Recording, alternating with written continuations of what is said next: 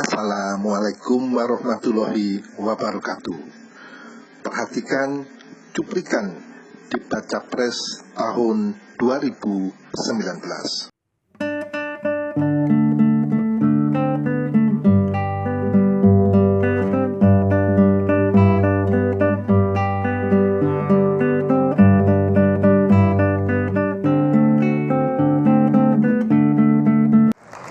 Bismillahirrahmanirrahim, kita mulai lagi segmen keempat. Anda masih menyaksikan debat Capres-Cawapres Pemilu 2019. Ya, kita berikan semangat karena dalam segmen ini akan kita lakukan sesi debat terbuka. Pasangan calon presiden dan wakil presiden akan mengajukan pertanyaan dan berinteraksi secara langsung. Pasangan calon presiden dan wakil presiden mendapatkan kesempatan yang sama untuk melempar pertanyaan sebagai pembuka debat, kemudian dijawab, ditanggapi, dan kemudian ditanggapi kembali. Perhatikan, durasi mengajukan pertanyaan hanya 2 menit, kemudian untuk menjawab juga 2 menit, dan saling menanggapi masing-masing 2 menit. Jadi total durasi kita untuk debat terbuka adalah 8 menit. Ini adalah sesi pertama dari debat terbuka. Kami sebagai moderator bertugas mengawal jalannya debat agar berjalan dengan tertib dan juga mengingatkan saat waktunya harus bergantian. Kita minta Bapak-Bapak fokus karena 4 tema debat adalah ekonomi, kesejahteraan sosial, keuangan, dan investasi, serta perdagangan dan industri. Pasangan calon presiden dan wakil presiden nomor urut 02, Bapak Prabowo dan Sandiaga, untuk menjawab. Durasi 2 menit dimulai dari berbicara. You wanna test your vice president? Oke. Terima kasih Pak Presiden. E-sports merupakan salah satu sektor yang sangat berkembang seiring dengan pengembangan digital economy dan banyak sekali peminatnya. Mobile Legends salah satunya, dan saya rasa kita memiliki peluang untuk menciptakan produk-produk yang betul-betul menguasai pasar dunia.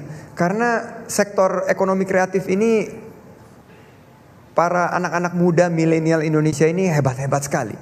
Saya keliling ke seluruh wilayah Indonesia, mereka menanamkan satu optimisme. Saya sebutnya sebagai generasi pop. Mereka positif, optimis, dan produktif. Nah, strategi kami sangat jelas. Kembali kepada entrepreneurship. Dan kunci pemerintah adalah memfasilitasi. Karena kita tidak terlalu bisa meregulasi industri yang sangat cepat berkembang. Dan akhirnya ujungnya untuk apa? Untuk kesejahteraan rakyat dengan membuka lapangan kerja yang seluas-luasnya. Jangan sampai Indonesia yang tentunya dengan pasar yang sangat besar ini hanya fokus untuk diserbu oleh produk-produk impor, termasuk produk-produk e-sports. Dan kami akan memfasilitasi pemerintah bekerja sama dengan Rumah Siap Kerja untuk Anak Muda yang kami luncurkan kemarin. Kita akan membuat satu event-event pelatihan agar kita juga punya juara-juara dunia. Tapi jangan sampai e-sports itu bisa mempengaruhi tentunya generasi ke depan kita tidak memiliki akhlakul yang karimah. Nah, oleh karena itu kami fokus pengembangan ekosistem ini berbasis ekonomi digital haruslah berujung kepada peluang lapangan pekerjaan bagi anak-anak muda. Rumah Siap Kerja untuk Anak Muda siap mengembangkan dan langsung konkret memberikan strategi khusus pengembangan e-sports. Pasangan calon presiden dan wakil presiden nomor urut 02 untuk menanggapi kembali. Waktunya sama, 2 menit akan dimulai saat Anda menanggapi. Saya memfokuskan nanti kebijakan-kebijakan saya dalam hal-hal yang mendasar, yang menjawab kebutuhan pangan rakyat Indonesia. Tingkatkan produksi pertanian, tingkatkan penghasilan bagi petani, lindungi penghidupan dan penghasilan nelayan, tingkatkan kualitas hidup buruh, guru honorer. Itu yang saya akan fokus. Digital itu bagus, tapi rakyat kita butuh swasembada pangan dalam harga terjangkau. Kita harus turunkan harga. Rakyat kita sedang susah. Kita harus jaga kekayaan Indonesia. Itu yang akan saya fokus. Ya, saya teringat cerita dari Saudara Rahman. Ini anak muda milenial. Saya bertemu di Sidrap, Sulawesi Selatan. Beliau menggunakan teknologi di industri pertanian. Dan waktu bertugas di DKI, perusahaan milik daerah BUMD Food Station membeli beras dari milenial-milenial yang sekarang masuk ke industri pertanian.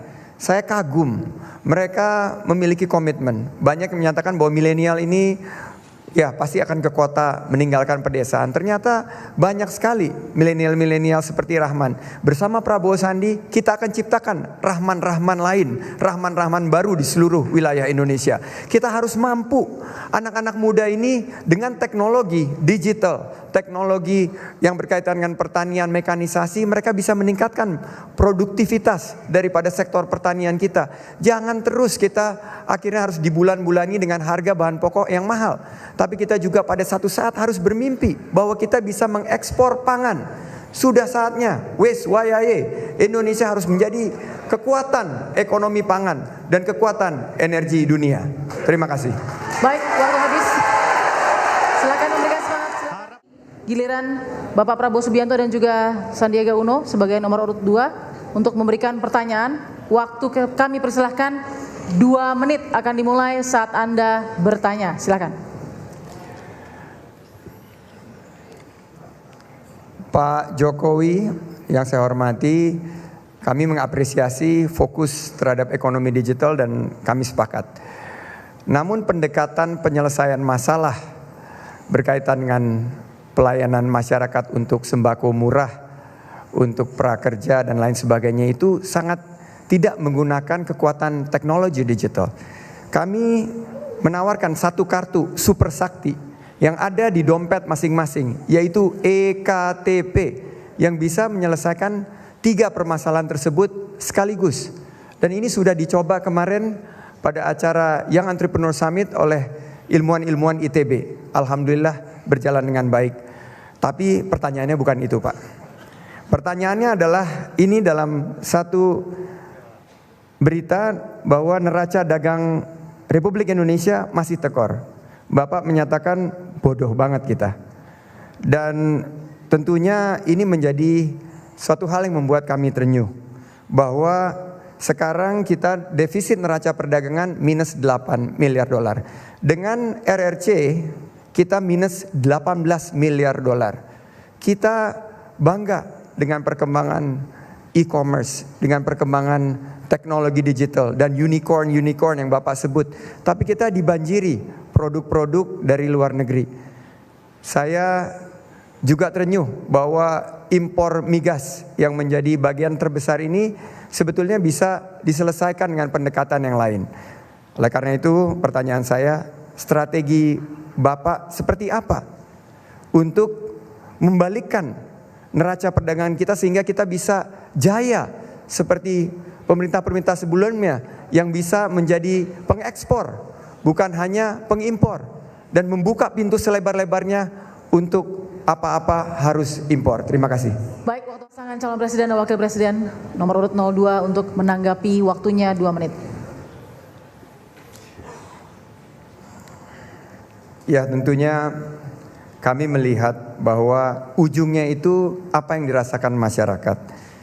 Dengan defisit perdagangan yang terus kita hadapi sekarang, tentunya yang Februari datanya kami miliki, defisitnya turun karena juga impornya turun. Dan impor turun yang apa? Adalah bahan-bahan yang diperlukan untuk proses produksi kita. Ini justru malah mengkhawatirkan kita. Tapi kita kembali ke poin utama, bahwa kalau kita mengalami defisit neraca perdagangan dan kita buka pintu impor sebesar-besarnya, mestinya harga-harga bahan pokok kita itu terjangkau, murah.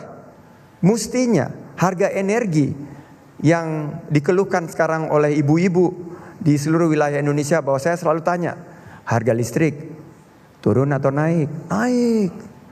Bagaimana dengan harga-harga bahan pokok? Turun atau naik? Naik. Belanja murah atau mahal? Mahal. Nah, ini tidak terselesaikan dengan kebijakan perdagangan kita.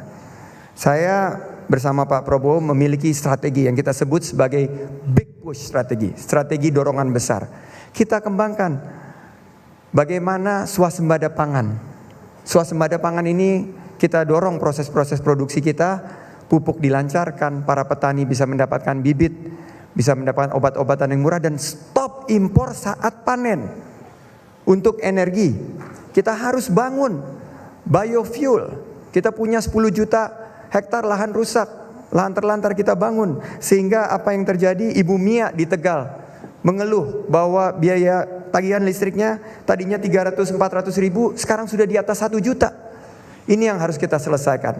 Bersama Prabowo Sandi kita akan turunkan harga listrik, kita akan pastikan harga-harga sembako murah tanpa usaha menerbitkan kartu-kartu baru. Waktu habis, terima kasih. Berikutnya.